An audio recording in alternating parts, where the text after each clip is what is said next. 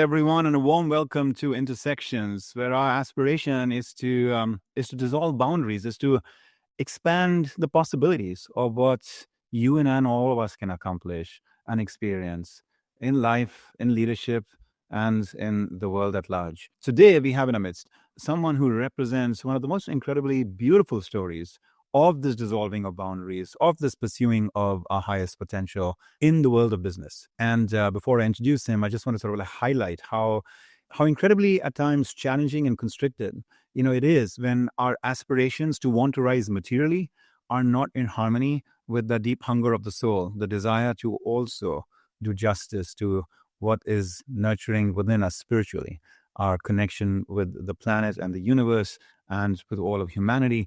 How do we sort of bring that sort of harmony between purpose and profits and people at the same time? The dissolving of those boundaries. That is going to be the theme of our conversation today. And to guide us through it, I am so honored and delighted to have in our midst Vincent Stanley. Vincent has been with Patagonia, one of the leading preeminent sort of exponents of this craft of merging purpose with profit with people since its very inception in 1973. He served in key executive roles as the head of sales or marketing at different times. At present, he serves as the director of Patagonia Philosophy. What a beautiful title. Just think about it. The director of Patagonia Philosophy, teaching the company history and value to its employees. More informally, he's been Patagonia's longtime chief storyteller. He's co-authored 2 books with Yvon Chouinard, the founder of Patagonia, The Responsible Company and The Future of the Responsible Company. He's also a visiting fellow at the Yale School of Management and is a poet whose work has appeared in Best American Poetry, a prominent annual anthology that showcases a very curated selection of contemporary American poems. Vincent, what a joy to have you in our midst. Welcome. Thank you for the very kind introduction. Yeah, my joy.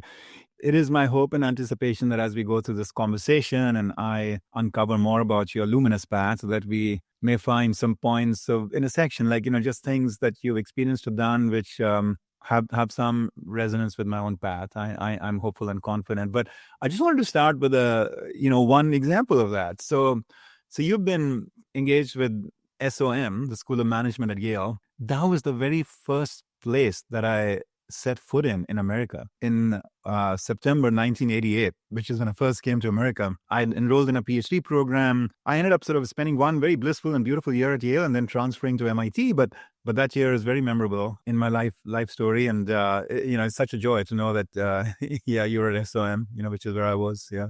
And, it's interesting because I have one of the advantages of Yale is that there's a lot of connection among the graduate schools. So my wife has actually been on the Dean's Council of the Divinity School for almost 20 years. My connection to Yale began when she talked to some folks at Yale, and we did launched The Responsible Company as a joint project, or the launch was a joint project of SOM, the environmental school, the divinity school, and it was held at the law school. And so my introduction to SOM was at this launch. And then a man named Stuart DeCue, who's a graduate of SOM, runs a group called the Yale Center for Business and Environment, which is interesting to me because it was founded not by the administration, but by the students. All right.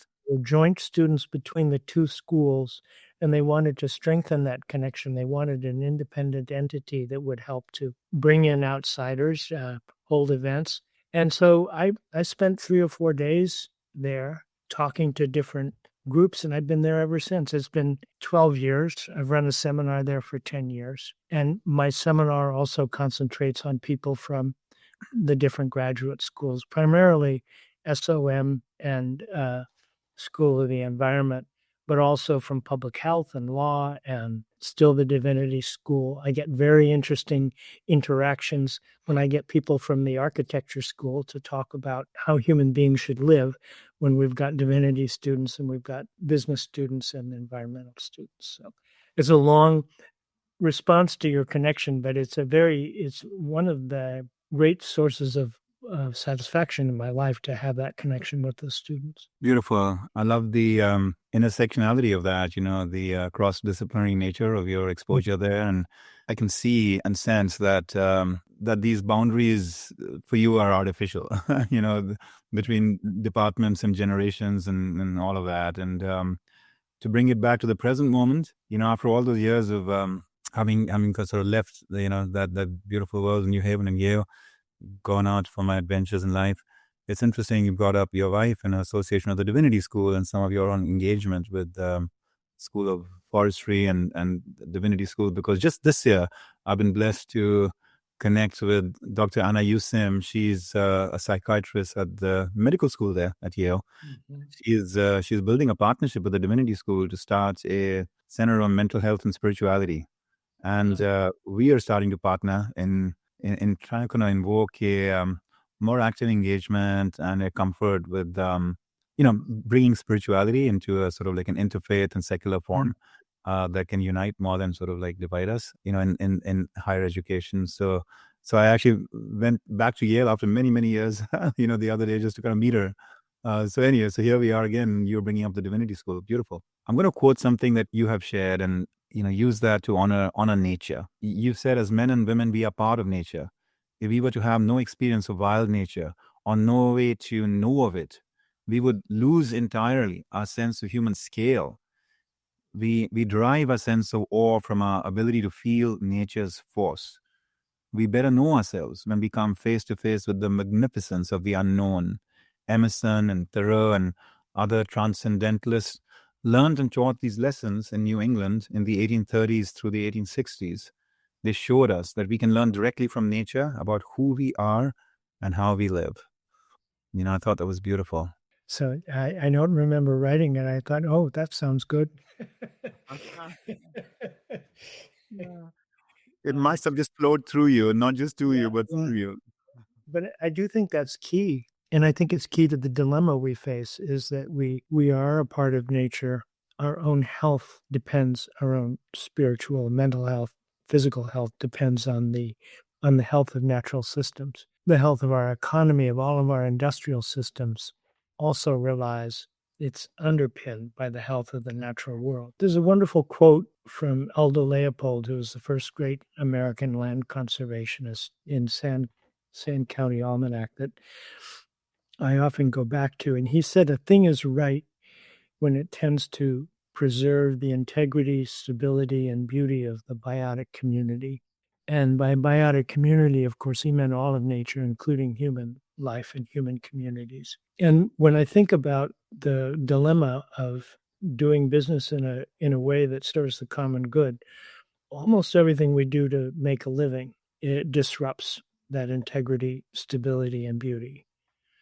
And it may have been that nature itself may have had the capacity to heal itself and to regulate itself around the disruptions that we contributed for thousands of years, since certainly the beginning of agriculture, and accelerated with the Industrial Revolution and super accelerated with the last 50 years.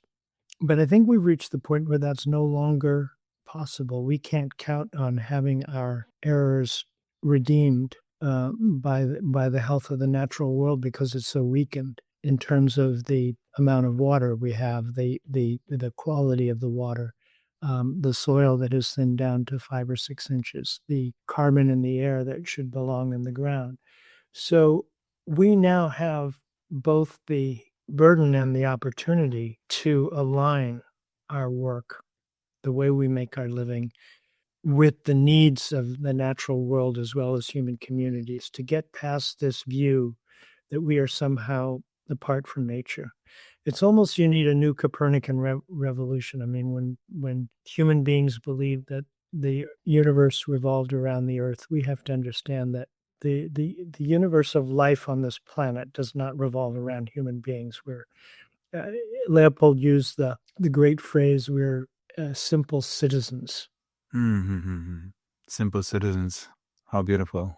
Very dear friend of mine, Jan Petrie, she worked for 15 years with Mother Teresa, very, very close to her until her passing, and just absorbed so much of the spirit of Mother Teresa. And she once said, Mother spoke in prime numbers, and it has been a big lesson for me, having had the privilege of teaching like you're doing in sort of an Ivy League, to recognize that some of the greatest gems of wisdom come from the simplest of ideas and thoughts, reduced to their irreducible forms. And what you just said, the idea of us being the simple citizens, on this planet is such a beautiful example of that.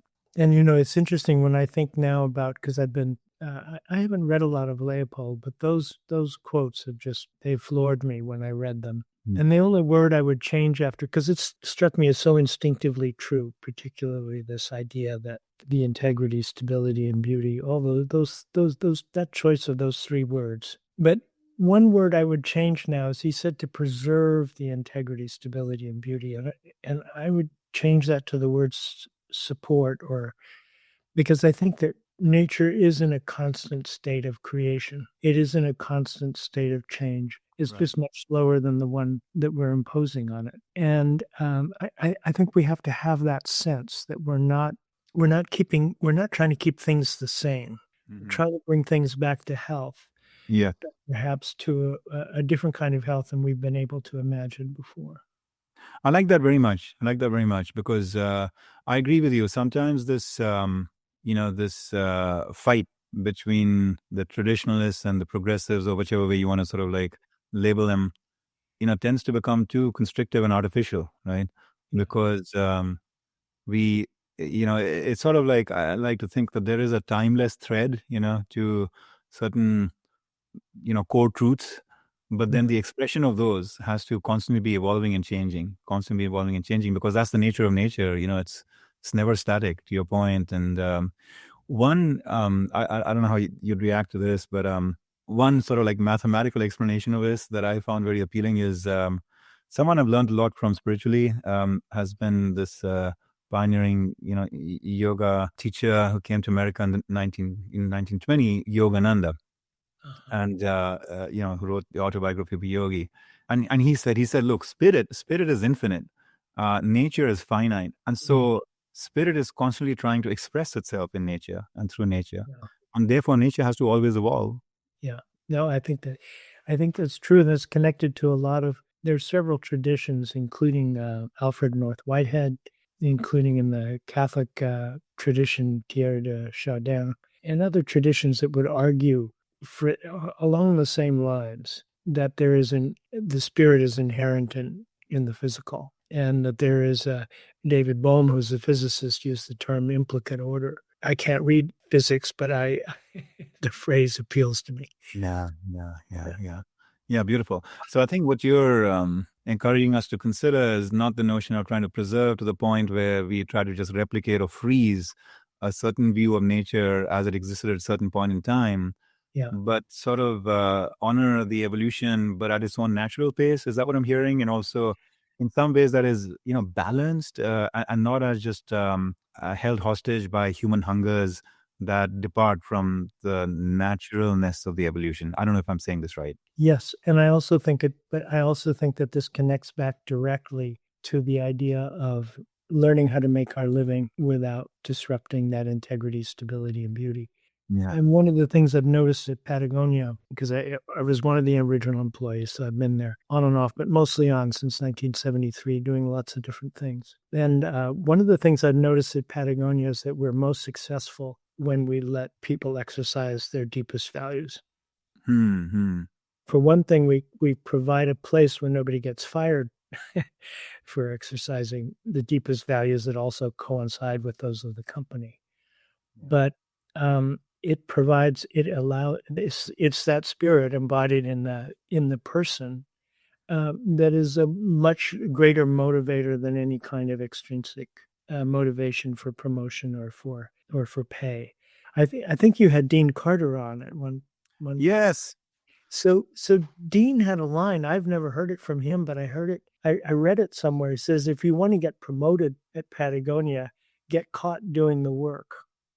Yeah. And I think that I think that was true of almost every project that I was involved with at Patagonia that was successful. It was almost like an after school or an intermission project in which we would start with almost no resources, an idea that nobody thought was really feasible, but a lot of people really dedicated to bringing it about.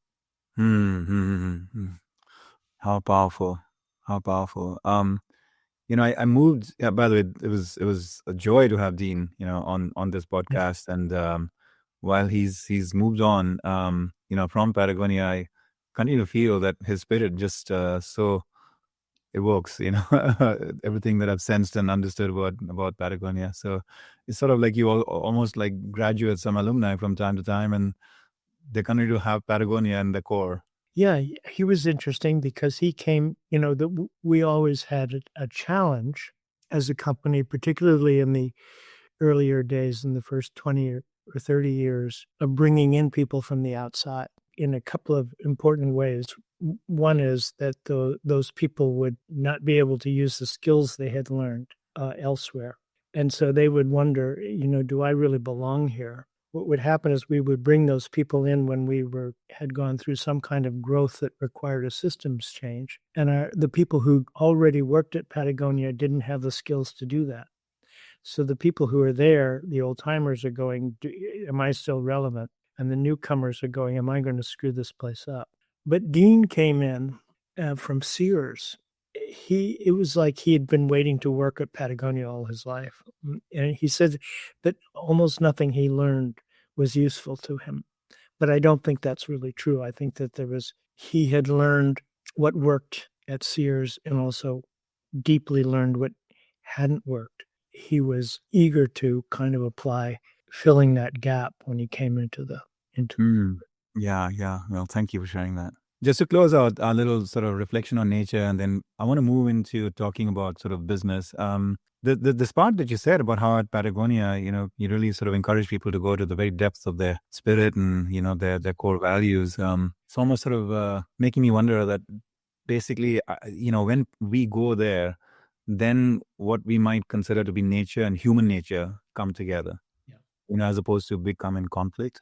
Yes, no, I think that's absolutely true. And what you find is that's the best expression of human nature is, and every tradition tells us that when we're in a way selfless, when we're working with others toward a purpose that is not solely concentrated around power or advantage, when you're really working for the common good. There's another lovely quote that we used to introduce both books from a Haisla leader in British Columbia named Gerald Amos, who said, the most important right we have is the right to be responsible. What I loved about that is that it connects responsibility with a basic human freedom rather than as a burden, or rather than as something that we do when we're not having fun or when we're not having a good time. It connects us to the sense of, it connects agency, the deep desire to be able to affect the world you live in, to do good in it, with the sense of what has to be done. And people suffer at work, I think, all the time when they're forced to leave their values at the door. And they come to work and they're working for quite secondary or tertiary goals. And you have an opportunity now to take advantage of that. We all need to have a big purpose, and so there's an opportunity for people in working life to exercise that. Yeah, wonderful.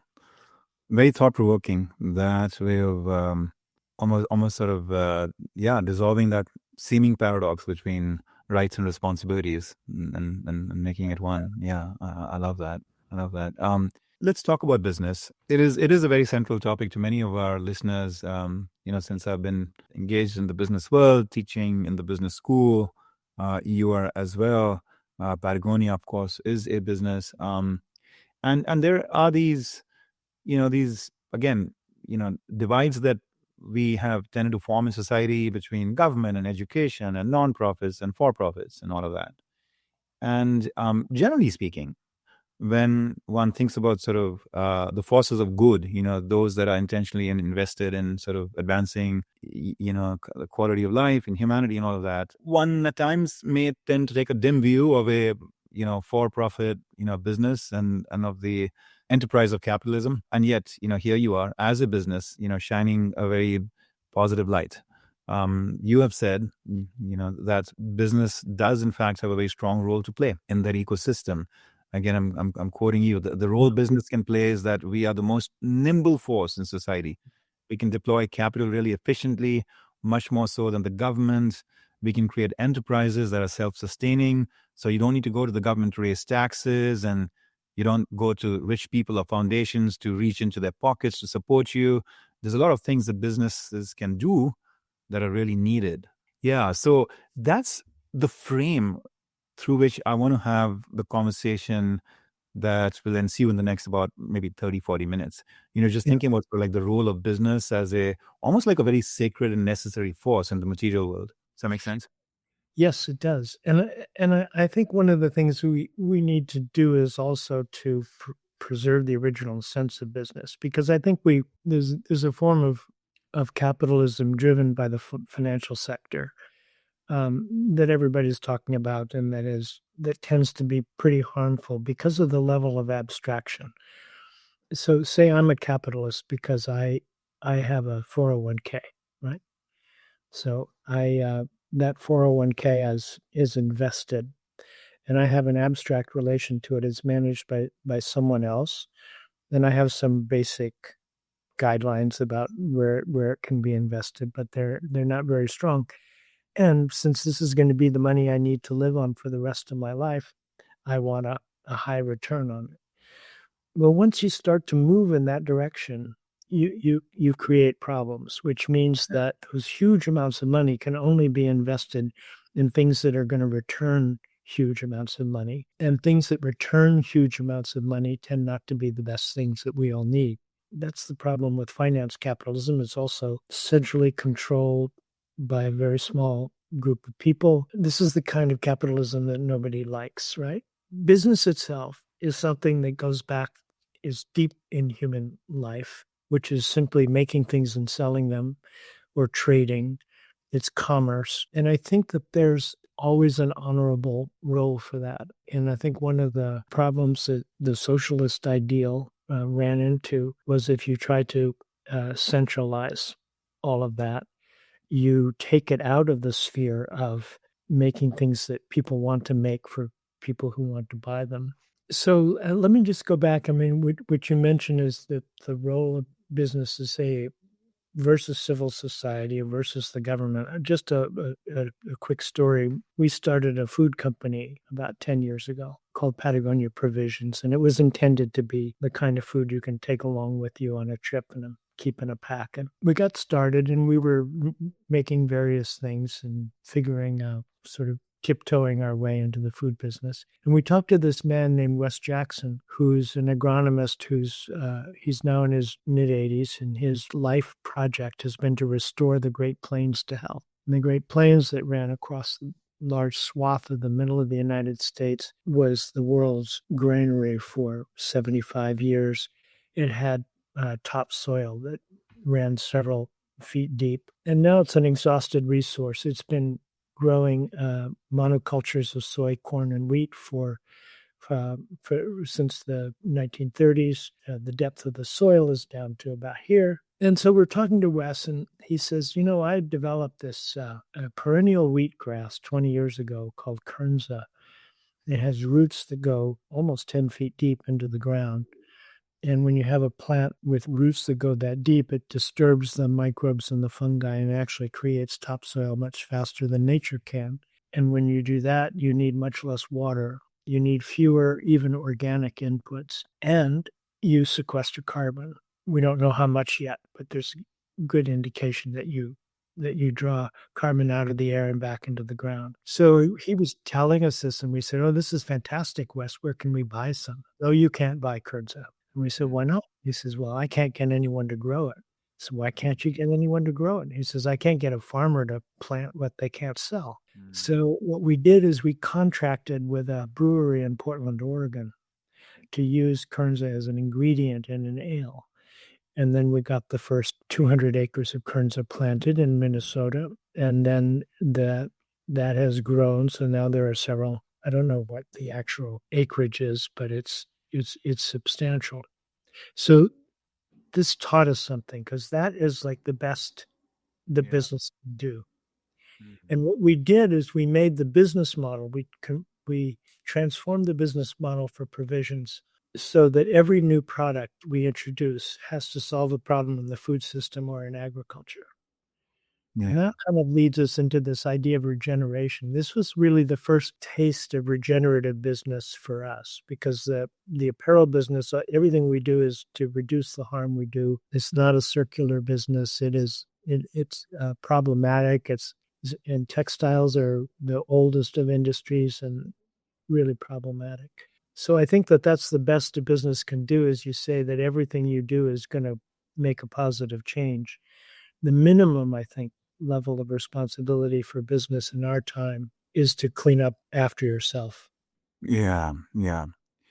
I love that story because it is a very inspiring glimpse into the undying hunger, at Patagonia to never rest on its laurels, to have the humility to recognize that and by the way, this is something that I've seen with all kinds of transformative change makers and movements that I've been very drawn to studying, not just within the environmental movement, but just more broadly, even Gandhi or Abraham Lincoln and Mother Teresa and others, which is that you all, and I'm including Patagonia on that. You all end up sort of like defining an endpoint, which is like the ideal state. Sort of like the promised land. At the same time, there is no pretense that we are there or we are getting close to being there, or we at least are a shining light of that. Yeah. There's a certain humbling realization that we are at a certain point in human history where pragmatically there's only so much that, in our limited capacities of being able to understand life and how to kind of harmonize, all the competing goals we have, that, that this is what currently is the best we can do. But at the same time, there's this undying hunger to want to sort of push for more and more and more, with a hope and a faith that, as Martin Luther King would have said, that the, arc of the moral universe is long, but it bends, it bends towards justice. And so with that questing every year, every decade, every century, we as humanity and perhaps those who are the pioneering forces allow us to become wiser and wiser and purer and get a little bit more closer to perfection, whatever that idealized point is for us. And anyway, I just kind of laid out this frame for you to respond to, Vincent, because when I've been netting together, the threads of everything I've been sort of learning and studying about Patagonia, and today, I have the privilege of learning from the chief storyteller. That's the sense I get, that you all just have this undying hunger to wants to constantly innovate, with a hope and a sense that we can always improve on, wherever we have been, in the last decade or so. And what you just shared was an example of that. Yes, but I think it's interesting because I think the undying, and I think it is an expansive view, but it's also built specifically on the experience that expands your capacity to imagine what's possible. Particularly, I mean, if you had asked me in the 1990s whether I thought Patagonia would ever be capable of acting outside its own walls the way we have for the past 30 years, in the sense that we don't own any assembly factories, we don't own mills. So we've been influential in the change in practices of those businesses that don't belong to us. If you'd asked me, can you do that? No. I would have said no. This is not realistic. And what happened is that there's a gradual increase in accumulation of experience and accumulation of cultural confidence. But it's also important to understand that this isn't just an expanded horizon. It's also running up against the reality of the world. And you get more humble as you go along because you keep figuring out, every time you think you've got it down, we're good guys, you uncover something else that reveals some institutional or systemic problem that also needs to be addressed. So I think that's been critical for us. I'll give you another quick example. In 2017, I think we're getting more and more information on our actual environmental impact, and we knew that 90% of it is in the supply chain. Well, 95% is in the supply chain, and 90% of it is in fabrics. Right. So we looked at this and we said, okay, what can we do? There are two things. We use a lot of cotton, so we've been organic since 1996, but let's go to regenerative organic. So we started developing a lot of experimental farming, particularly in India. And then we looked at polyester and nylon, which represents half the line, comes out of an oil well. and we had a lot of products that used 40% recycled content. And that was the best we could do without sacrificing quality, sacrificing performance. So we went to work with our suppliers and we developed 100% recycled polyester and nylon. That's been the case for a couple of years. But then we discovered, no, we're not entering the territory of carbon neutrality here just because we're not using new oil, because these fabrics are made in mills that use coal, that are fired by coal. And so then the next step is to start to work with the mills. How do we help imagine a way to finance the shift from using coal as the primary fuel to renewables? So that's just an illustration. It is constant with us. Every time we think we've addressed a major problem, and we have, we're still dealing with the disruption of the integrity, stability, and beauty of. Yeah. Yeah. No, thank you for sharing that. Thank you for sharing that. The sense I'm getting is that to be able to operate with this kind of a deep empathy, deep empathy for a part of our world, in this case, our planet, nature, that is very, very central to life, but one that cannot communicate in the traditional forms of having a human voice and an activist group that just kind of stands up and says, "Hey, I'm the trees, I'm the roses, I'm the apples, and I want to talk to you."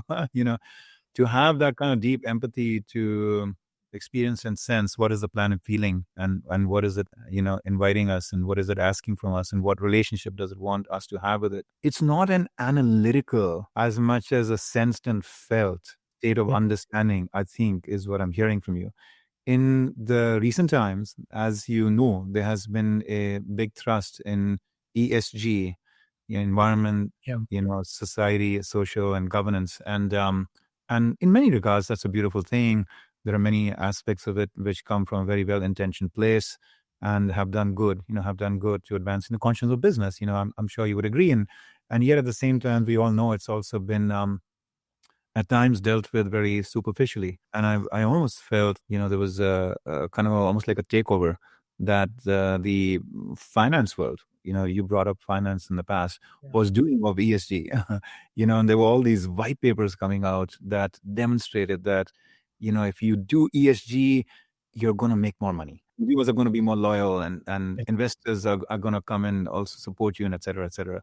And I remember having some conversation with some of my friends on Wall Street, and I was saying, like, you guys, you may be doing a disservice more than a service by writing papers like that, because basically, the case you're making is that do ESG because it makes more money, which is that you're continuing to anoint the making of money, as the king or queen of this train, and therefore, as soon as you can prove the opposite, as soon as somebody can prove that don't do ESG will make you even more money, well, then you will, logically speaking, philosophically, you'll have to be sort of able to support that then in that case. And kind of what happened when, they started to see some struggles with that movement, and, profitability started to get strained, and suddenly, ESG has started to wane, right, in our present times. And anyway, so I'm kind of laying out kind of an emerging thought for you here, which is that, is it or is it not the case that to be really doing justice to these ideas, so complex and nuanced and ever evolving and not with easy solutions,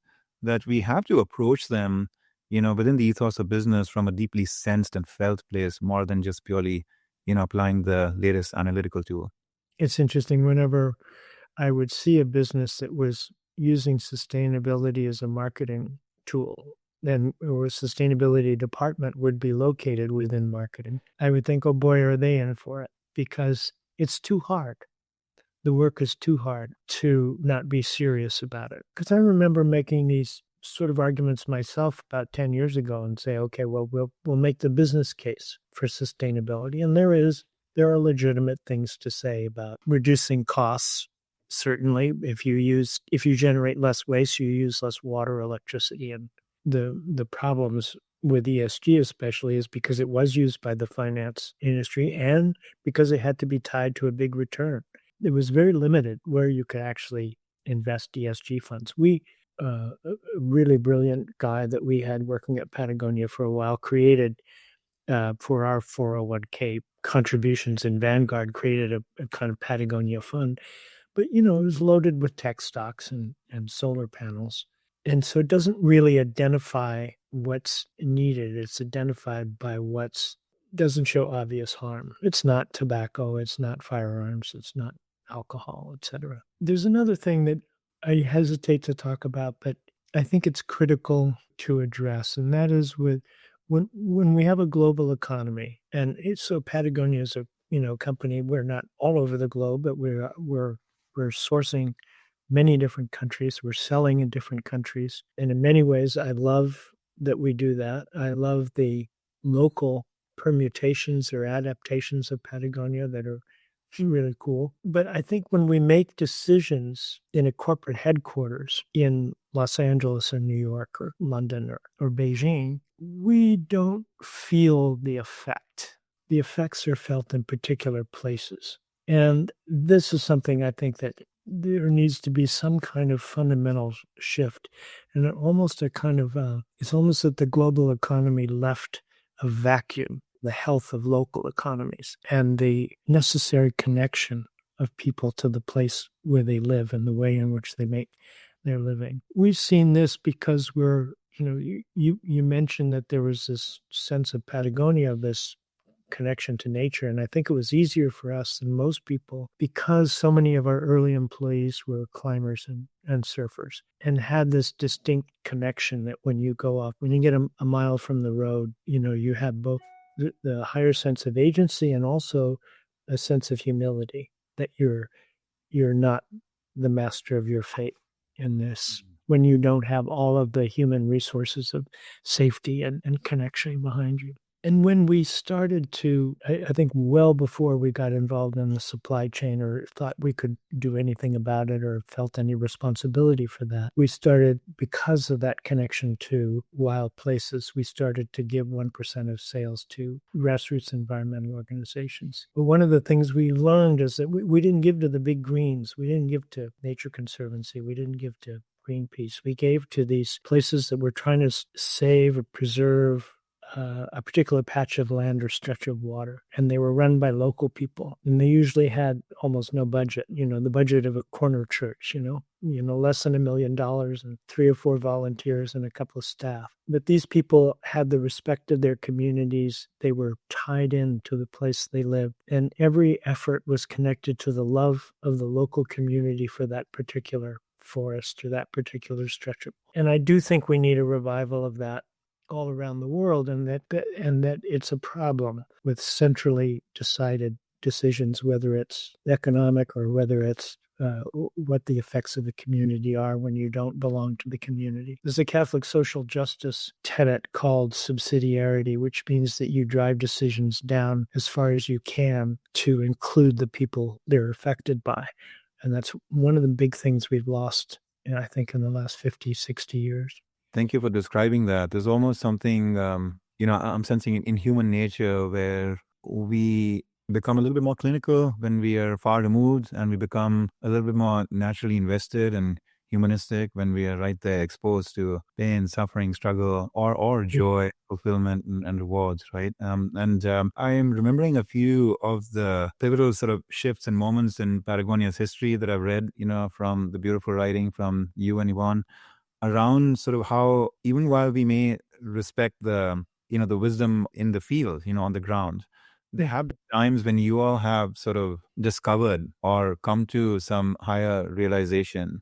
I'm thinking about the organic cotton thing. I'm thinking about the, the moment where you kind of moved from, which is very early in your history, from the iron pitons to the, aluminum chalks, where you actually had to do a little bit of sort of like re-education of the customer, of the market and of your employees as well. Yeah. Could you share one of these stories just to help us understand how sometimes you can also lead from the front? I think that the storytelling capacity of the company also goes back to the fact that we were a climbing equipment company. And when you're making climbing equipment, you don't make good, better, best. It's you make the best you can because your customers are trusting their lives to the gear. It was such a small community of climbers, and we were So we were kind of a global business from the beginning because it was a small community of climbers, but they were all around the world. We would have all throughout the year, you'd have people camping in our parking lot from Scotland or from Japan on their way to Yosemite. The way we communicated to those people was as friends and equals. We also didn't have a kind of marketing savvy. We didn't say, okay, what's the best way to sell this to the most people? Because you're not going to sell climbing gear to anybody who isn't a climber. And I think when we started the clothing company, we kept that style of communication. And that was critical to us because I think people responded to that. The customers responded to that we would describe our products fairly neutrally or journalistically rather than to make outrageous claims. So you didn't have to put that filter in when you read our stuff. But it also, for the employees, it created a kind of, and for the company and for the leadership of the company, it created a kind of strategic discipline. That if you're not creating a false image of yourself that has to be perpetuated, you're actually communicating in a way that reflects who you are and who you aspire to be. But then people put your feet to the fire if you divert from that. So that's one side of it, is how we communicate with the customer and how we communicate with the employee or how we communicate with the world is all pretty much the same. I've seen, businesses that reach out to the customer and we're your pals and we're doing the right thing and we're great people. And then I see what they say to the investors and it's, we're going to make you 20% every year and don't you worry about a thing. We were in a fortunate position that we didn't have to do that. We had a single owner who was quite connected to the purpose of the company and knew what it was. One example that's we've talked about quite a bit was the switch to organic cotton because we discovered accidentally that cotton we had thought of as a benign natural fiber as opposed to oil-based nylon and polyester was actually quite harmful. We opened up a store in Boston proudly using recycled materials to create the walls and low VOC paints and all that. And after 3 days had to shut it down because the employees were calling in sick. Called in an environmental engineer to say, okay, what's the problem here? He says, well, cleaned it up. Here's my bill. We said, wait a minute. What was the agent that was making people sick? Oh, that was formaldehyde off-gassing from the cotton clothes stored in your basement. First indication we had. We commissioned an independent study of the environmental effects of the 4 major fibers we use. Cotton turns out to be the worse than polyester and nylon. And Emo looks at this and says, I don't like this. Is there an alternative? And we knew that organic cotton was still being grown in California, still being grown in Turkey and China. There's a cooperative we still buy from in Texas that lost a family member to cancer they attributed it to spraying. So since the 70s, they've been organic. So we started to look at that and think, how can we let's just switch our entire production to organic cotton. And I think Emo, the more we learned about it, at one point Emo was going, I don't even want to be in the sportswear business anymore if we can't solve this, if we fail. So here's the problem. We did our homework when we bought the cotton directly from the farmers, and we helped them out, give some guarantees, financial guarantees. We patted ourselves on the back and thought we were great. But when we did that, the farmers had no connection to assembly factories or to mills. And so we broke our connection to the global supply chain, which meant we had to rebuild it. And when we went to spinners, which was the next step in production, because that's turning the fiber into yarn, they're going, oh, we hate this stuff. It gums up our machines. It's, sort of seeds and stems, and we don't want to touch it. And so our own people are going, okay, wait a minute here. I've got to do everything I did last season. I've got to design everything. I've got to color everything, do the specs, show it to the major customers, and at the same time find an entire new infrastructure for selling cotton sportswear. So it was a gentle revolt, but it was a revolt on the employees' part. And we're figuring, how do we tell the story? How do we persuade people that this is what we're doing is wrong, and we've got to figure out a way out of it. So we ended up taking employees in buses, 40 at a time, to the cotton fields in California. And you go into a conventional field. You don't even have to open the door to the bus. You start to smell the chemicals. Organophosphates that are used to prepare the plants were developed as nerve gases in World War II. And then you go to the fields, there's no birds around. There's nothing if you put your hand in the soil, there's no life in it because it takes 5 years for the worms to come back. There's no vegetation. And in fact, in a conventional cotton field, the plants are held mechanically in place. And so you feed them chemicals and water. And if you don't, there's no capacity of that dirt to actually grow anything.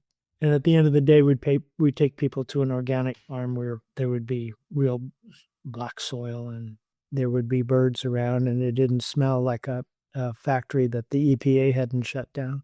People would come back from that trip and say, this is a pain, but the company is doing the right thing and we're going to make it work. And so we did.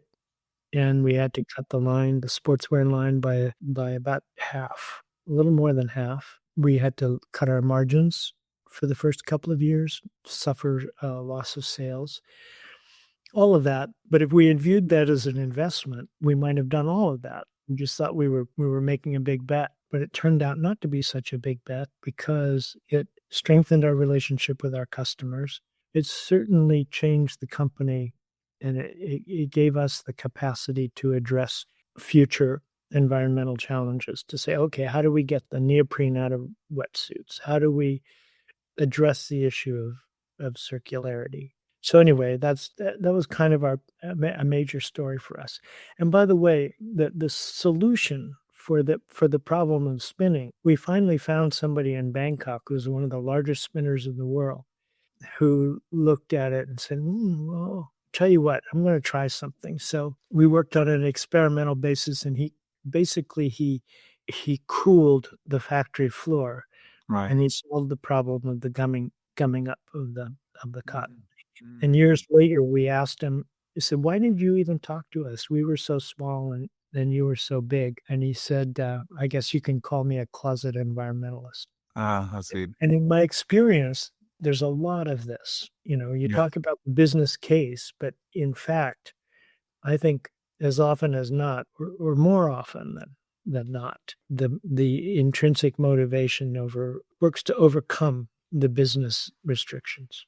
Amazing. What a great story. One of the philosophies that I've been really aspiring to use as a pathway to sort of helping leaders understand, their full potential and what they can individually and collectively manifest in organizations and movements and changes. This notion of bright spots, that Abraham Lincoln said it once. He said that some people have achieved greatness is proof enough that all of us can pursue that, as well. And of course, as a largely uneducated, farmhand, for him to come and ultimately get to the White House is an example of that. But there's something so beautiful in that story and that interaction with that, spinner in Bangkok and sort of an innovation happening there, could become a revelation for all spinners, everywhere, right? And that's so beautiful. I'm also, in some ways, tempted to link. This might be a little bit of a leap, but I see the link, to what you just shared here, and kind of Gandhi's movement in India, the charkha movement, the spinning wheel movement, where he wanted to protest against the British policy of taking, raw cotton from India and making it textiles in Britain and then selling it back at like a premium to India. And of course, economically, that was a disaster for India. And so he started this movement in India, and everybody brought these spinning wheels into their own home because they were otherwise banned from producing textiles as a business. And there they were using cotton to spin it in threads and fabric and all of that. And, and ultimately he was able to make a reasonably, good case to the Indian public because it became a fairly mass movement, and people were just wearing simple, white, functional, just kind of organic cotton cloth. I mean, I don't know if it was organic, but it was like cotton cloth, right? As opposed to all the fashions and everything that sometimes we get smitten by, in our material world. And I want to quote from one of your, kind of values that you have espoused at you call them an ecology of values at Patagonia, right? And you say maximum attention is given to product quality and the kind of beauty that emerges from absolute suitability to task. Concern over transitory fashion trends is specifically not a corporate value. That certainly was, what was happening in that moment with Gandhi. And anyway, I saw, beautiful glimpses of that in the conversation you just had with us about how you all transitioned into organic cotton. No, I think that the movement of the spinning wheels is also a beautiful example of the right to be responsible in a way that you said, okay, we're we're not going to be reliant on the British textile industry. We can pursue an alternative that's going to allow us to prosper in a way that we couldn't before. Yeah. Well, that's a beautiful way of looking at it too. Beautiful way of looking at it. In fact, Gandhi was once asked by the head of UNESCO to come and give a talk on human rights, and he refused. And he refused. I don't know if you know the story. He refused. He said that the one thing I learned from my illiterate mother was that before we talk about human rights, we have to talk about human duties, and the rights actually just naturally emerge when we really invest ourselves in what is natural to us in terms of what we are meant to deliver and do through our duties in life. So I see that ringing through in what you've just said as well with the responsibilities theme. There is this other moment more recently that I would love for you to capture for our audience, since you're so consummate, a storyteller, of Black Friday, right? And what led to that, as an incredible sort of almost like counter movement to typical form of sort of advertising and promotion on these big days of retail commerce in America. And so, folks, for those who don't know, on November 25th, 2011, Patagonia publishes a full-page ad in the New York Times that featured, if I recall, a Patagonia jacket, and had this message: don't buy this jacket. That's what it said, don't buy this jacket. And amongst the verbiage that followed was, because Patagonia wants to be in the business for a good long time and leave a world inhabitable for our kids, we want to do the opposite of every other business today. We ask you to buy less and to reflect before you spend a dime on this jacket or anything else. And what I love about that is three things. First of all, of course, your deep commitment and authentic sort of passion for environmentalism, for the sustainability and health of the planet, to kind of tame down consumerism. That is number one. Number two is the big bold step of actually doing something quite the contrary to what one is meant to do in business, which is to keep sprucing up sales and revenues and all of that. And then there's a third piece to it, there as well, that I want to honor, which is when you said, because Patagonia wants to be in the business for a good long time. You talked about this idea of like having 100-year vision. It's one of the things that we've seen sometimes to get to really lack in our instant gratification, quarterly earnings, just that impulse to want to sort of like be maximizing, experiences and joy in the present moment, as opposed to also the joyful engagement of building something that is long lasting. Yeah. So much to celebrate in that, and give us a little bit of the backstory.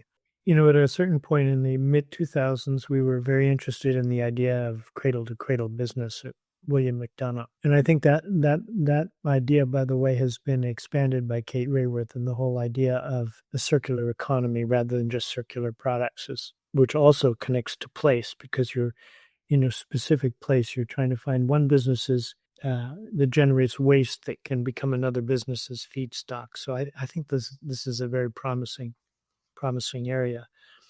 But what we were doing is we said, okay, we're going to take everything back and recycle it into something of equal value. That's our goal. And it took us 5 years, and we developed with a supplier in Japan a pretty good way to recycle anything that was oil-based.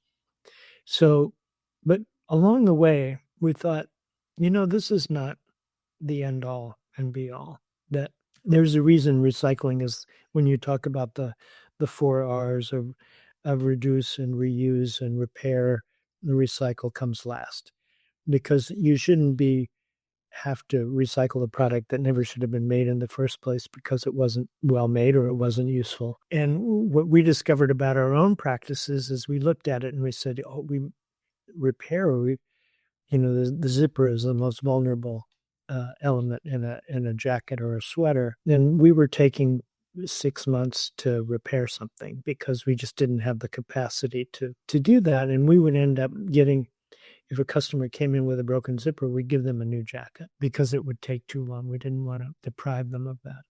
And we had no way everybody has items in their closet that or most people do, that they haven't worn for a year, either because they don't like the color or they've outgrown it.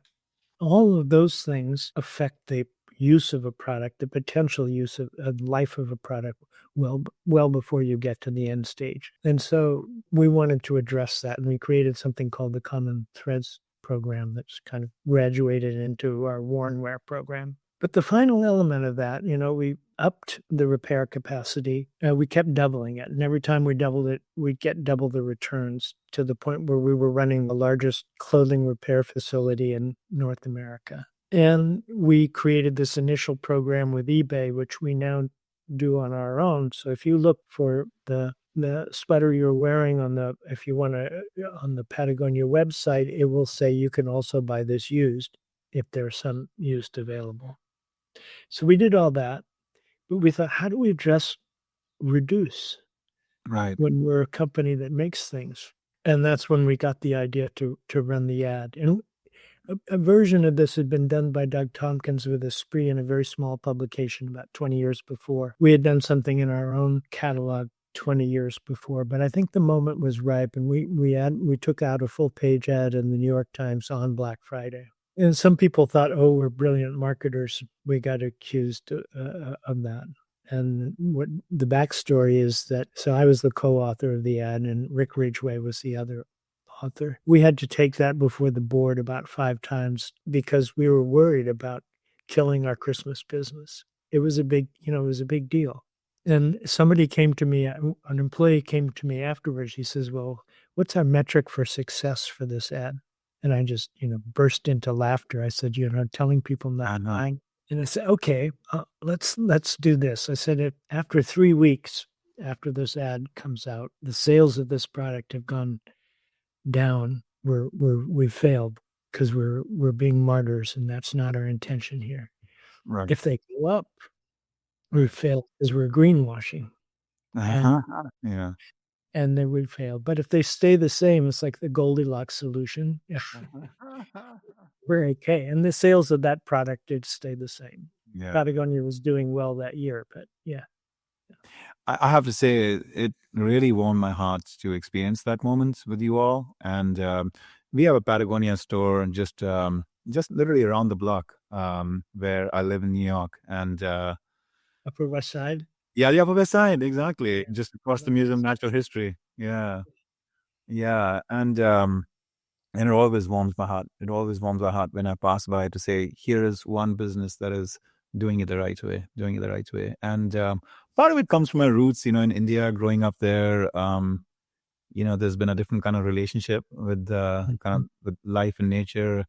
I always contrast, like in the West, when we encounter a big river or a mountain, the instinct is to immediately conquer it, in some ways, like how can I swim the fastest, or how can I climb that without oxygen or something.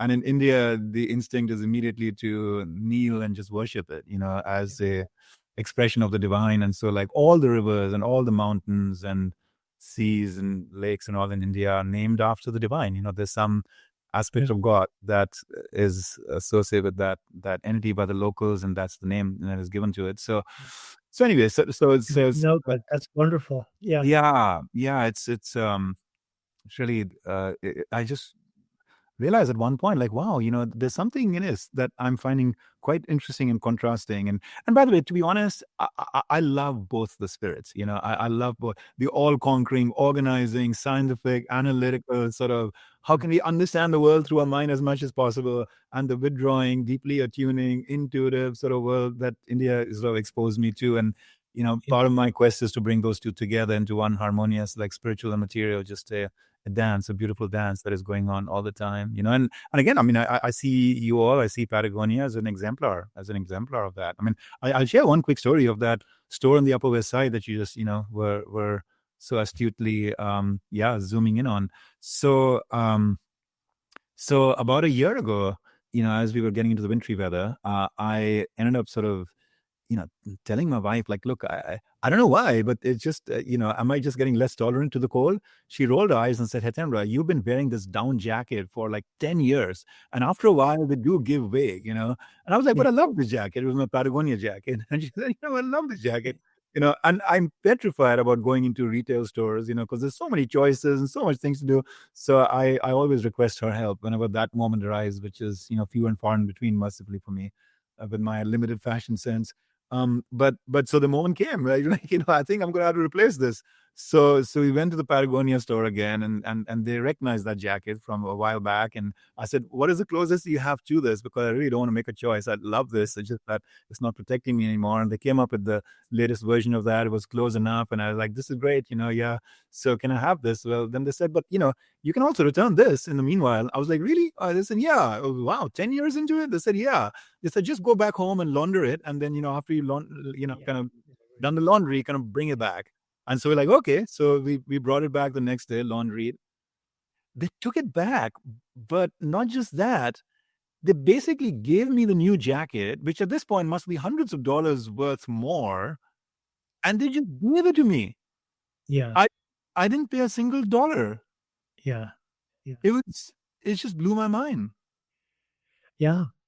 I think that that's one of the things that has really gained the trust of customers, that we really do guarantee things for life, so, Yeah, yeah, yeah. yeah, yeah. So beautiful, so beautiful. I think this is so needed in the world, so needed in the world, Vincent, right now, in helping us see, better possibilities. You all are one of these incredible bright spots. And in the remaining time we have, and I'm just so grateful, for the generosity of his spirit and kind of being here with us through this.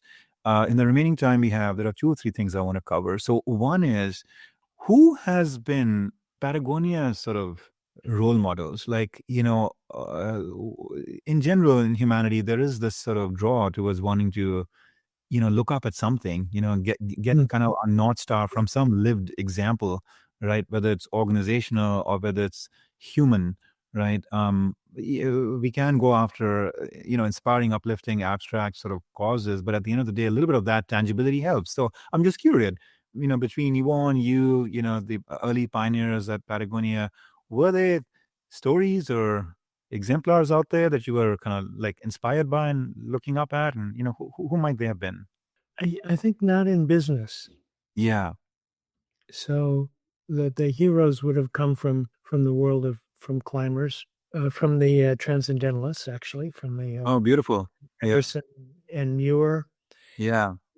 the early travel writers and explorers who were Yeah. writing about the world. I think that those were the heroes. I think there was a fundamental connection that was quite influential in our history between Ewell and Doug Tompkins. Mhm. And Doug Tompkins was his best friend who started he actually started the North Face, but he sold it when it was very small. Right. And he built quite a big business called Esprit, where his wife was a designer. The deep friendship and the competition, in a Right. way, between Doug and Ewell persisted for years and years. Mhm. And, at a certain point, Doug sold everything. Then he took all his money, sold everything. He sold his paintings, he sold his Ferrari, sold his house in San Francisco, and sold the Ferrari a long time before. But anyway, he plowed all of his money into saving land in Chile and Argentina, Mhm. and eventually donated that to create a park. And he always put pressure on Ewald to sell Patagonia. Mhm. Stop being the businesses. We're just, trashing the earth. You've got to get out of this. At a certain point, there was another independent verification. Ewald went to see at one point where in the early 90s, we'd gone through a stretch of being a little bit lost or expanding into too many different things. And he went to this guy who lived on a yacht, who was a business expert, and said, "Well," the guy said, "Why are you in business?" And he both said, "Well, I'm in business to give away 1% of sales to environmental causes." And the guy says, "Oh, that's bullshit." He says, "If you sold your business for X million, $100 million, you would create a foundation and you'd give away a lot more money." And Evil said that really put him aback. He says he had to think about why he was in business. And one of the reasons he was in business, which was key, was to create an example that would work for that other people could learn from, to make it's not to be the example, it's to create a sense of possibility for other people that they can do this. And so that was critical. And then Doug died in a kayaking accident, and Elon was there. It was about 9 years ago. And then 2 years ago, I think we did the final. Evo and his wife and the two adult children donated They own 100% of the stock, and they donated it all to a trust. And that trust has the voting rights, but the stock is controlled by a group that gives to large scale environmental projects. So that is, Doug's widow was telling Evil, well, your way was a good way. Mm-hmm.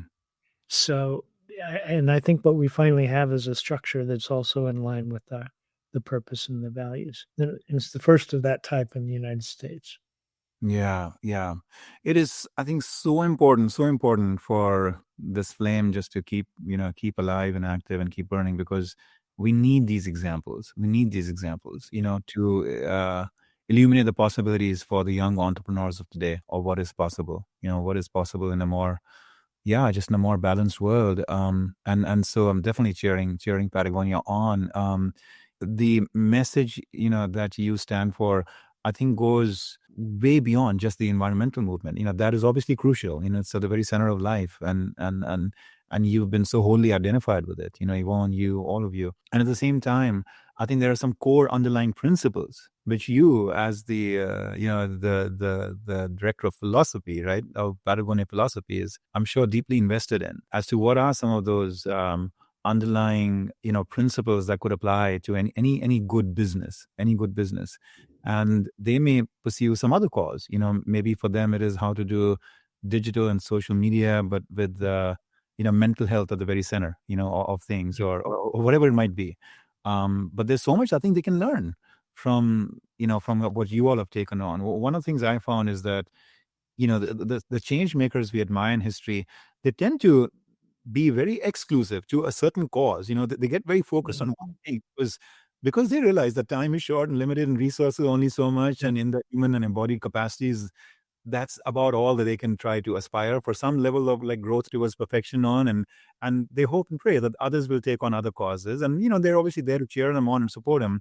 But Mother Teresa was about the dying, the disease and the destitute, and Gandhi was about India's ultimate emancipation, and Mandela and South Africa, not all of Africa, all of that. So to that end, it is my hope that any of those who admire Patagonia will see in it the translatability, and I'm guessing that's what in part you're doing at SOM at Yale, to inspire kind of entrepreneurship within, but also beyond the environmental movement, through some of the honorable principles in the path to success that Patagonia represents.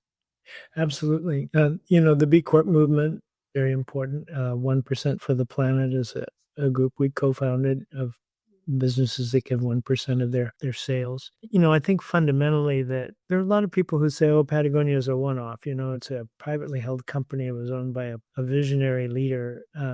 All of that is true, but I know my colleagues, and I know my own limitations, and we were not rocket scientists. We were pretty ordinary people who an increasing sense of purpose and an increasing sense of confidence that we could act on that. And I also know, I put this in the first book, that there's no 99% of the Patagonia's DNA is no different from any other business. I mean, it's, you buy, you sell, and you keep your to reinvest and to, give to your employees at the end of the year.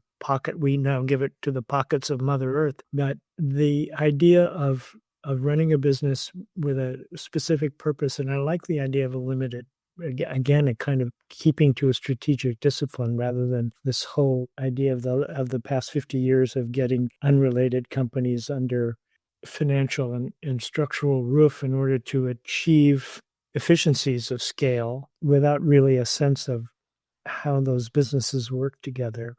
I think has been a mistake. Yeah. Any of those is a mistake. So I think one, business having a purpose for some kind of common good. The second is, how does it go about doing that business? And the third is, how does it treat its stakeholders, its employees, the communities it operates in, its customers. All of those things are really important. But the whole idea of stakeholder capitalism, I think, has to be bound by this sense of purpose. Otherwise, you're just creating kind of a hodgepodge of, okay, I'm going to be good to my customers one day and good to my employees the next. It has to be bound by some sense of common direction that's shared by the people in the organization.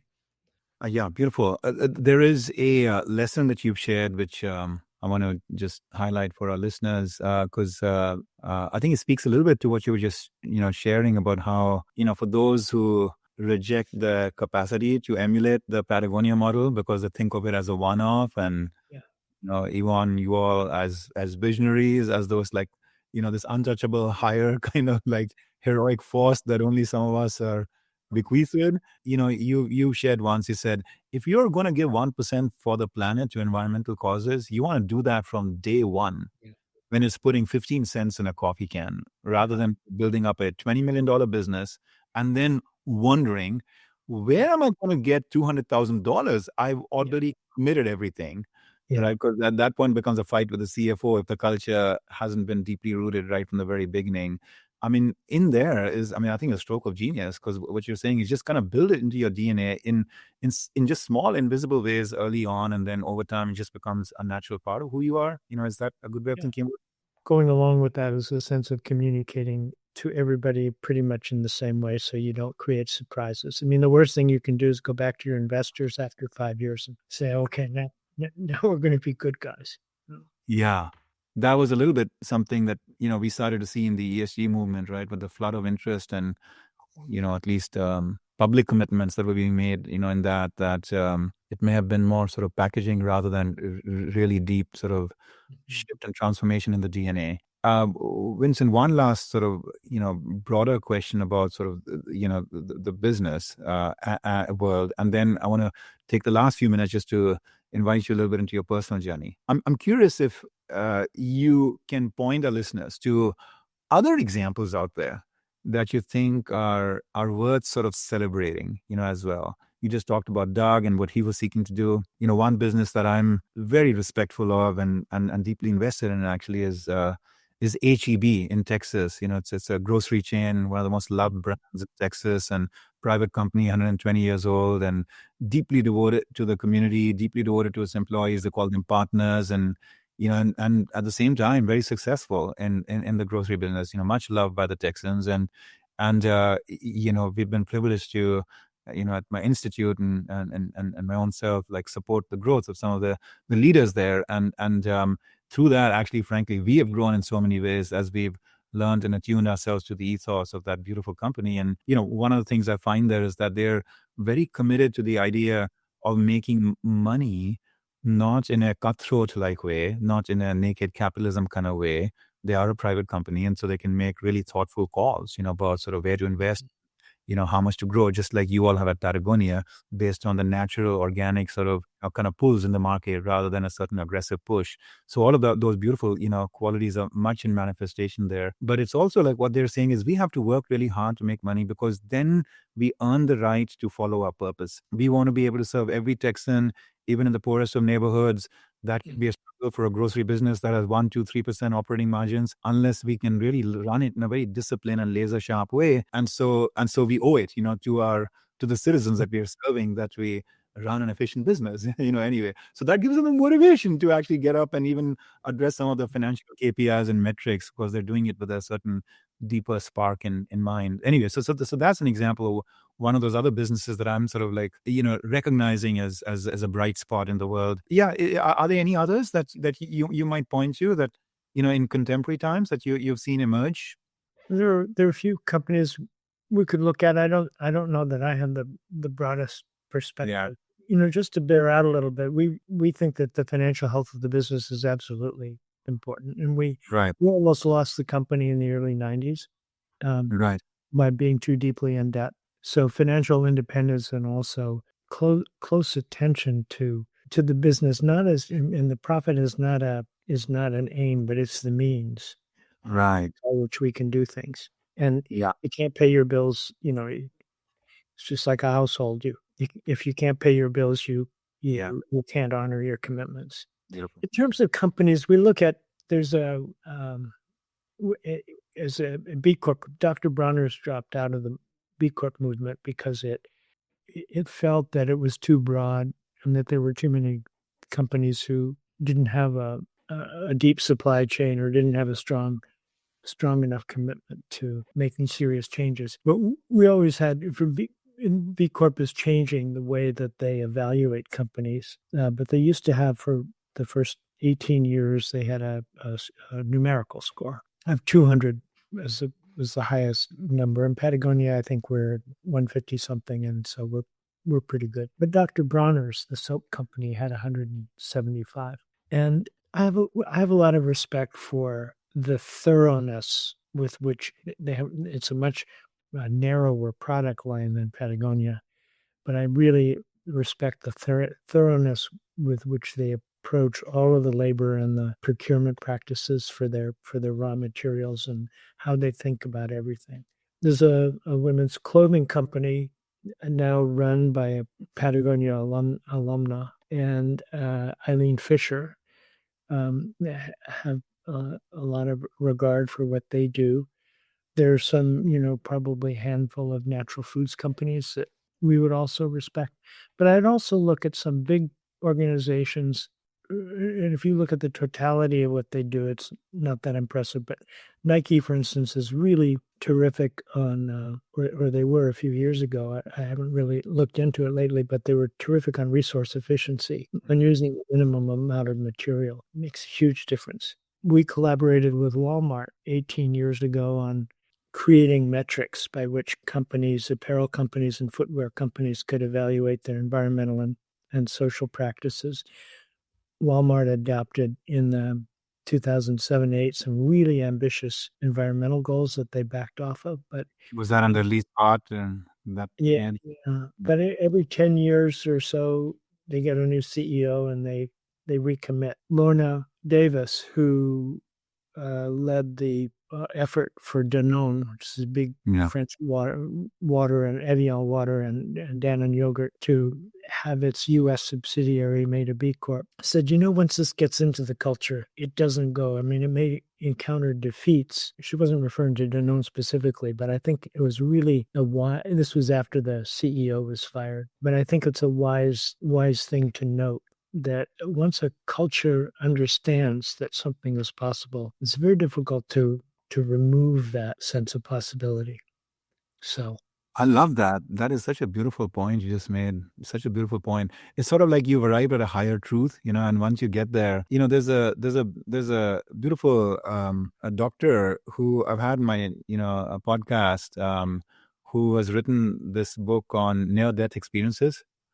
Near-death experiences, and it's one of the really powerful sort of conversations I've had the blessing of having in recent times, and he talks about how sort of what happens is that in a moment like that, people get this flash of like a whole higher sense of their self, and then when they return back, it's like they may have lost that like conscious awareness in their everyday life, but it has forever changed them because they visited that place once and they experienced it. And he said it's sort of like as if you're walking around in some country train in the darkness and there's nothing that you can see, it's just dark. Suddenly there's a flash of a thunderbolt light or something, lightning, and you see a mountain there and you see a lake there and you see a road there, and then it becomes dark again. It might become dark again, but your relationship with the darkness is forever changed. So I see. And I think that's even more powerful. It's actually something I think that for business schools should develop the capacity to look at. It's even more powerful when it's a group. I still think even at Patagonia, all of our compensation is based on individual performance and the way we think about it. But in fact, it's groups that do things.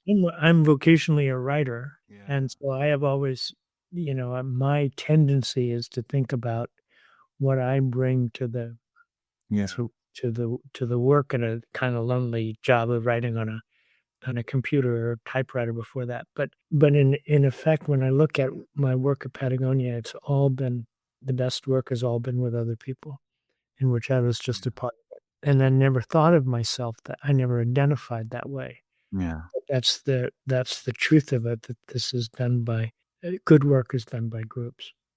Yeah. Yeah. And you look at movements, you talk about Gandhi and Lincoln.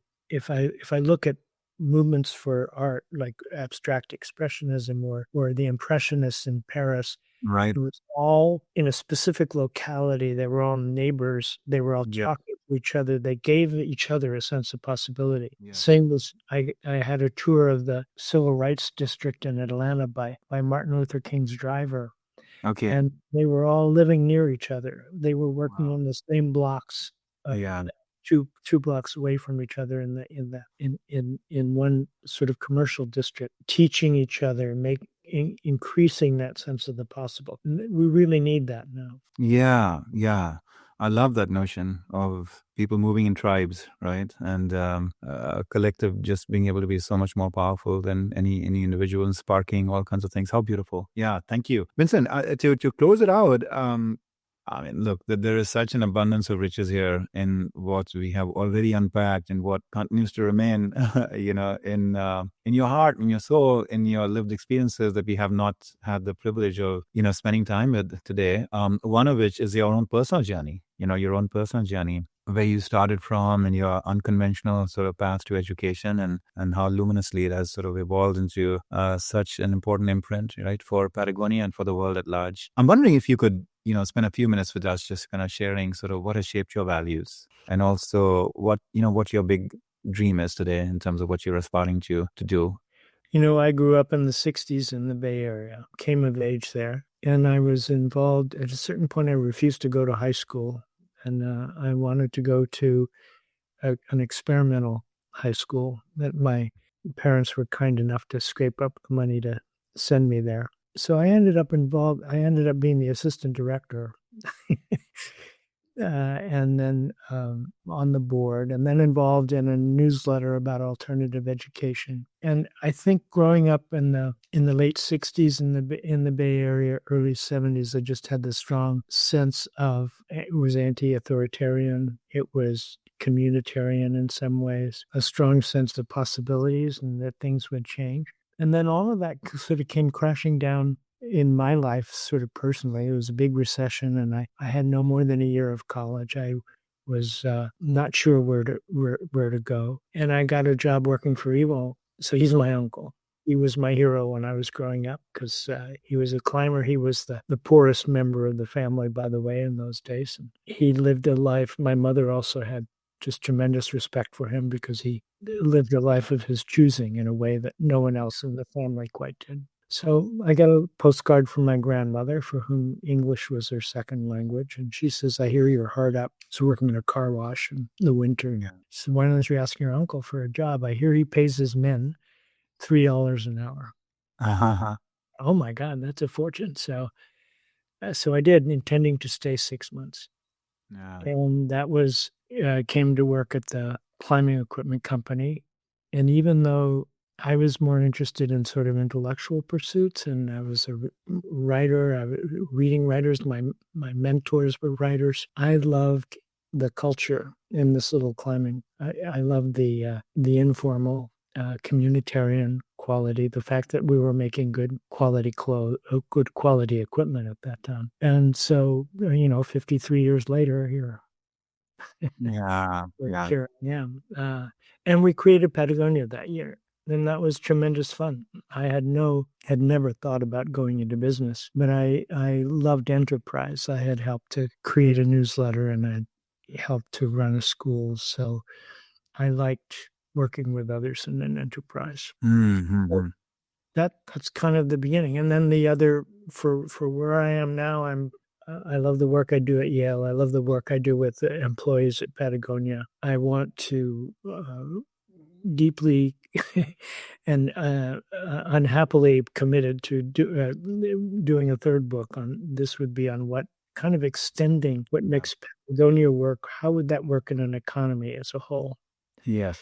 And so that project, and then I'm happy to be writing poems for the rest of my life.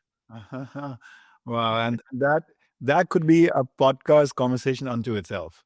Just you and poetry. So in the last 2 weeks, I was in Nashville. We were just launching a pilot of a college youth transformative leadership academy that we have, just launched. And the idea is that our youth in them hold so much potential and promise to help us, bravely shape the world of tomorrow. And that if we can equip them with the right virtues and character qualities and all of that, then who knows what, amazing things are going to emerge from them. And over the course of the 2 weeks, at some point, I was just drawn to this idea: why don't we actually make poetry one of the transformational vehicles? And so we did that. We spent some time and Oh, great. experiencing poems and inviting them to share their favorite verse from a poem. And I suddenly, realized that, look, this has been in the back of my own consciousness and mind. And I know there are certain poems that have meant so much to me, but I think it should be part of an essential, curriculum on character and leadership.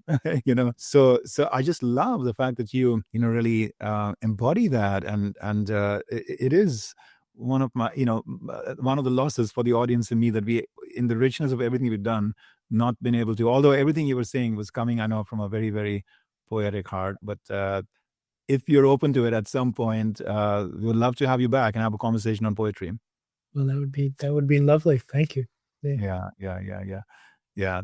Thank you so much, Vincent, for first and foremost the life you have lived, the deeply felt sense of connection that you have with what moves and stirs you from within, and how to offer it, in a way that has the most meaningful impact in the world. How you found your tribe and tuned yourself to it, and sort of gone with the flow in a way that sort of allowed something collective to emerge. That is such an essential and beautiful painting in the canvas of our current times. The painting of Patagonia, and all the stories and ideas that you helped to codify and write about in the books and conversations that you've been a part of and continue to do, and in the contributions you're making at Yale and beyond, and again, poetry yet to come. So we are so grateful. I think the audience here is going to take away a lot of inspiration about Yvonne, about Patagonia, about sort of the principles and the ups and downs and the stories and the hard calls that you all made there, but also just sensing your spirit and the choiceful path, the intentional path that you've taken in life. I know that'll mean a lot to everyone here. So grateful for all you are. Wishing you Godspeed and really well in the journey ahead. Well, thank you so much.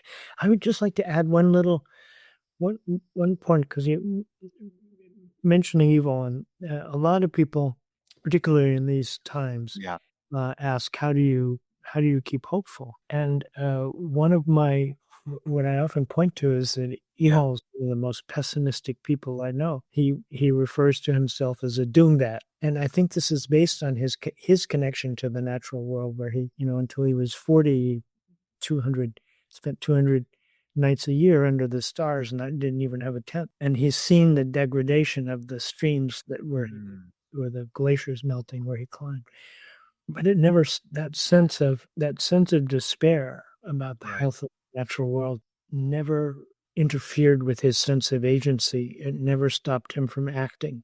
I think for listeners who are thinking about business and thinking about the kinds of things we need to do in this time, which hasn't changed just because we have a different administration in Washington, to remember that sense of, and connecting, it also connects human nature to actual nature, to remember that that's what makes us fully human, is that when we act on how we respond with affection and love for the world in the way we make our living and the way we are with our friends. Yeah, what a beautiful life-affirming message to offer to cap this conversation. Yeah, thank you for sharing that.